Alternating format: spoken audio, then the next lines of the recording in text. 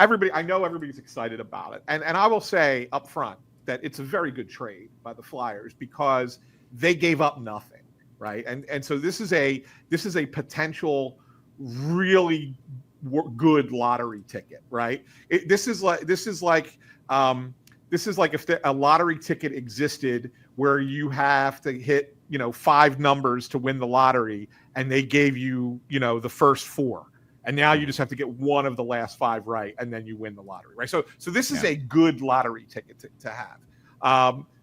That said, I wouldn't, if I were Flyers fans, and I know that they overreact to everything, I wouldn't go too far right now with this because there are still some question marks with Trevor Zegras that cropped up in Anaheim. The Flyers are banking on the fact that a change of scenery will bring out the best in him, that getting him out of that environment in Anaheim will revert him back to the player he was his rookie year and his second year. And if that happens, it's an overwhelming boon for the Flyers, right? But if he comes in here and he has a lot of the same problems that he had in Anaheim, fans are going to be disappointed, right? But it's certainly right, and as David Waitman said, he needs to be healthy too, because he's had some injuries in the past couple of years. So there's that as well. But yeah, I mean, I think it's an important thing. So here's another thing and Landros is saying this too, and moving back to center, screaming it because that's where his best production was. But you know what the biggest thing with him is? What's criticism of his game was the fact that he was not good in the middle of the ice. So while he was a productive offensive player, he was killing the Ducks in the middle of the ice. And so the Flyers are hoping that they can get him to play the way. Look, he's never going to be a perfect two-way player.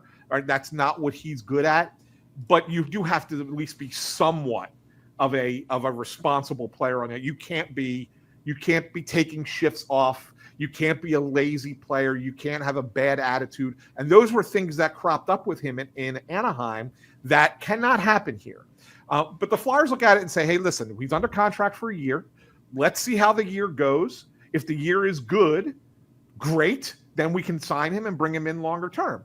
If the year is not good, if it's still some of the same from Anaheim, what did it cost us? It cost us Ryan Poehling and a second-round pick and a fourth-round pick. Like, I think it cost us a lot, right? Yep. So it's a good risk-reward thing for the Flyers. It's a very good trade. But I wouldn't overreact that this is some amazing deal until you see what Trevor Zegras does with the Flyers. Trevor Zegras could puke all over himself, and it's still a good trade.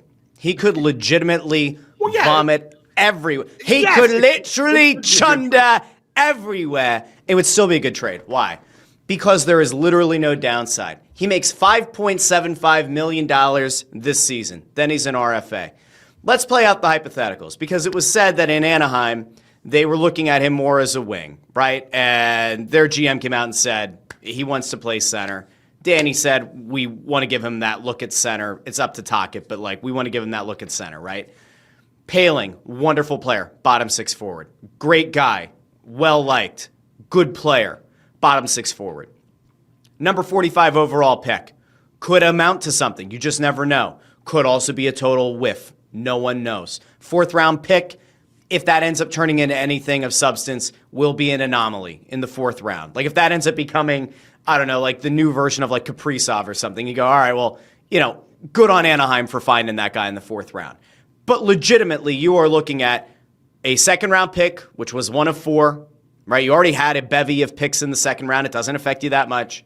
A 4th round pick that shouldn't matter, and a bottom 6 forward. And what you've gotten back is either, it is a lottery ticket to an extent, but it's a good lottery ticket, right? If you're finally getting a guy that you have had interest in for at least a couple of years, you are potentially giving a dynamic center to your best up-and-coming winger, your superstar winger in Matvei Michkov, right? Now, they might not play together all the time, but they're going to give it a look. You might want to, flank him with guys that have been in this, have been in this league a little bit longer, like a Tippett and a Konechny, whatever that ends up looking like. You get to see this guy. You get to see how he fits your system, how he plays in front of these fans, how he plays for this coach, who, by the way, is in the first year. So this isn't like we can always change coaches next year if it doesn't work. At the worst case scenario, right? He doesn't work at center. They try him at wing. It doesn't work there. Next year, peace out, Cub Scout. Or you try to bring him back at an even more manageable number. Or there's another team out there who thinks they can fix him, and maybe they trade for the rights, and you get some kind of asset back for the exclusive negotiating rights, right? All of these things can happen. There's literally no downside to it. He could effectively not play. Like, obviously, you don't hope for injury. But, like, he could not play, and you still say, this is a worthwhile gamble to take. And he's 24. No, it's 100%. So, like, it's a good deal. I haven't even seen that many people say a negative thing about it. Think of that, Ant. Like, it's very rare that we get, like, a pretty much across the board, good job, Danny. Lawton trade was one. This is another. Well, let me throw a little bit more into this, Russ, and say why it was a really good move by Briier, and it should give people confidence in Briier as a general manager. Mm-hmm. As you said, they were interested in him 18 months ago, right? Like, this goes back to prior to the 24 trade deadline, and at the time when I first was hearing about them having interest in Trevor Zegras, the cost was high. It was very high. It was a first-round pick plus.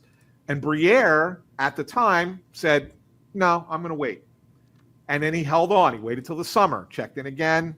No, I'm going to wait. Then at the trade deadline, or just before the trade deadline this past year, there was talk that the Ducks were interested in Joel Farabee. This was right before he was traded to Calgary, right? Yep. And there was some conversation between Briier and Verbeek then. And once it got to that point, now obviously Danny was willing to trade Farabee to the Ducks for Zegras, but the Ducks said no. The Ducks backed off, and as Briier said in his press conference yesterday, most of the time it was the Ducks weren't ready to let go of him, and that was an example of it, right? But Danny knew then that if he still wasn't moved at the deadline, right, that price had already started to come down. He was not having another good year. He was in a bad spot in Anaheim. If Joel Farabee and a pick wasn't going to be enough, just imagine what it will be like when you get to the draft in the summer. So his patience really paid off over time. Having Trevor Zegras here in February or last year at the trade deadline wouldn't have made this team any better. Yeah. Having him going forward, it may make the team better now, but he got him for a song. Whereas if he was an overreactive first-time general manager a year and a half ago, he would have paid way too much for him. So good on Danny for letting it go this long and waiting out Verbeek. And I think that sends a message to the rest of the league too, that Danny means business with this. Like he's going to put a certain value on a guy, and that's it, and that's what it's going to be. And you're not going to pull one over on him just because he's new at this.